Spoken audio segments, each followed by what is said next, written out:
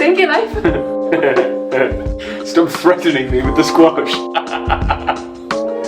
There are two really important things that we look for in a recipe. One of them is that it has to be delicious, obviously, and then the second one is that it needs to be relatively easy, and this dal recipe ticks both those boxes. And not only that, but it's also perfect for leftovers. You can keep it in the fridge for about a week or even in the freezer for longer, so it's there for whenever you need it. But we need it now, so we are going to get on and show you how to make our maple roasted butternut squash dal. The squash is the star of the show, so we're going to start there. Begin by peeling the squash. You don't have to do it exactly how we are, just do what works best for you. We're going to take the longer and thinner end of the squash and cut that into small 2 or 3 centimetre-ish cubes.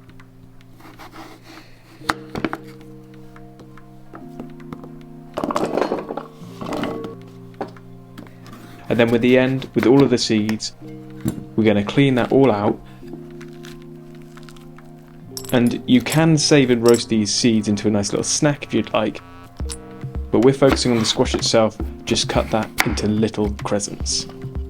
As you'll have seen, we've chopped some of them into these little cubes and then others into the crescents. The cubes are going to get mashed in with the dal, and then the crescents are going to go on the top. You don't have to do 2 different shapes, you could just do all cubes to make things easier, but if you're feeling a bit fancy, then the crescents look quite nice on the dal at the end. Once all your squash is chopped, we're going to season it with some salt and pepper, about 1 tablespoon of freshly grated ginger, and the gorgeous sweet maple syrup.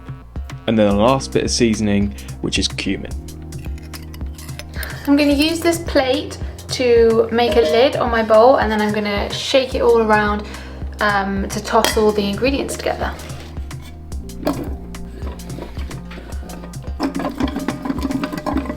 So I'm going to go in with my spatula now just to finish off mixing everything together. I just want to make sure that everything's evenly distributed. That all goes into a baking tray and then into the oven for 30 minutes until soft and delicious.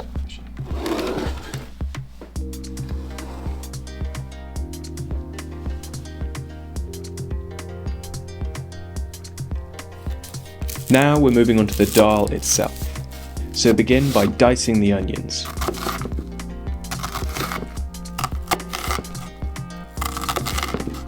We're going to bring some oil to a medium heat with the mustard and coriander seeds in. For the video, we had to sub out the coriander seeds for cumin seeds, and it was still just as delicious. You'll know it's time to add in the onion when the spices begin to pop.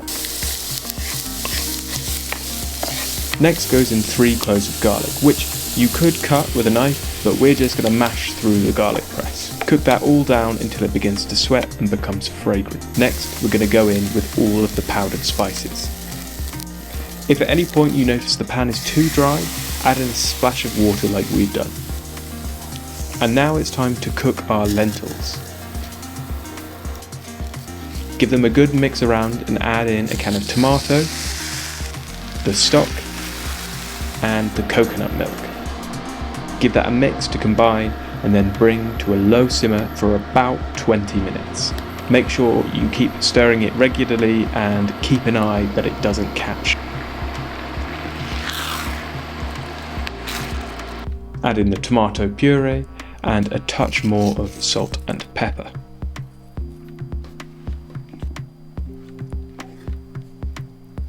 It's time to bring back your squash cubes and pop them straight into the pan. Give them a little stir in and then grab yourself something that's good and sturdy for mashing, like a potato masher. Give all of that squash a good old mash into the dal. And that's that. It's time to serve up. We like to top ours with a dollop of unsweetened vegan yogurt, and then go on with the lovely squash crescents, a bit of pickled red onion, and roughly chopped coriander. You could serve this with rice or have it on its own, but we love it with a paratha. You can get these in the freezer section of most larger supermarkets. And you're ready to dig straight in. Maple roasted butternut squash dal. So that is our maple roasted butternut squash dal. If you're into these kind of easy weeknight dinners, let us know by leaving us a comment. And if you like the sound of this curry, or you're just into curries in general, we think you guys are going to love our aubergine korma recipe and our peanut chickpea curry. So we'll pop links in there and you can click away. And we'll see you in our next video. Bye. Bye.